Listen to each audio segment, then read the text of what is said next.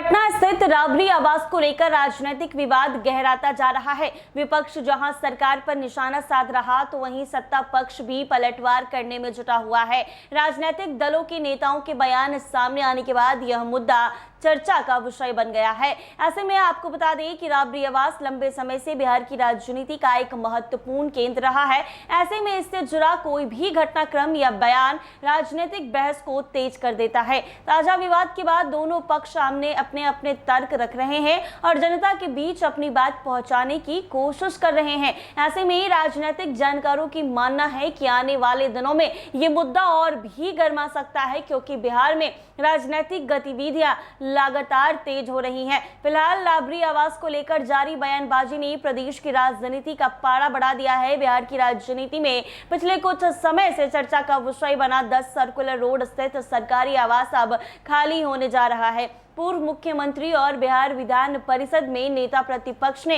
इस आवास को छोड़कर 39 हार्डिंग रोड स्थित नए सरकारी बंगले में शिफ्ट होने का फैसला कर लिया है। हालांकि नए आवास में जाने से पहले उन्होंने कुछ जरूरी सुविधाएं उपलब्ध कराने की मांग की है, भवन निर्माण विभाग के सामने रख दी है। राबड़ी देवी ने अपने पत्र में विशेष रूप से की स्वास्थ्य स्थिति को ध्यान में रखते हुए नए बंगले में रैंप और लिफ्ट लगाने की मांग की है। कहा है कि लालू यादव को स्वास्थ्य कारणों से सीढ़ियां चढ़ने उतरने में परेशानी होती है, इसीलिए आवास को उनके लिए सुविधाजनक बनाया जाए। इसके अलावा नए बंगले में साफ सफाई और स्वच्छता व्यवस्था बेहतर रखने, सुरक्षा कर्मियों के लिए आउट हाउस बनाने जैसी मांग रखी गई है।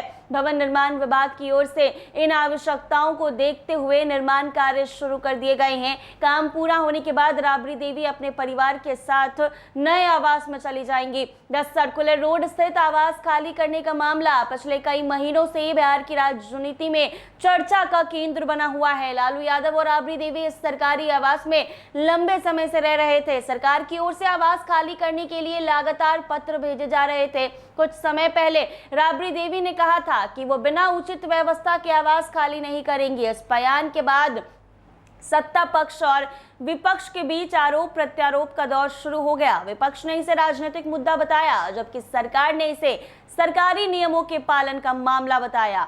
ऐसे में जानकारी के अनुसार बिहार सरकार ने विधान परिषद में नेता प्रतिपक्ष के लिए 39 हार्डिंग रोड स्थित बंगला आवंटित किया गया था। इसके बाद भवन निर्माण लगातार नोटिस के बाद अब राबड़ी देवी ने नए आवास में जाने पर सहमति दे दी है। हालांकि उन्होंने आग्रह किया है कि जब तक नए बंगले में जरूरी सुविधाओं का निर्माण पूरा नहीं हो जाता तब तक उन्हें पुराने आवास में रहने की अनुमति दी जाए। ऐसे में आपको बता दें कि लालू यादव लंबे समय से स्वास्थ्य संबंधी समस्याओं से जूझ रहे हैं। परिवार की ओर से नए आवास में उनकी सुविधा का विशेष ध्यान रखने की मांग की गई है।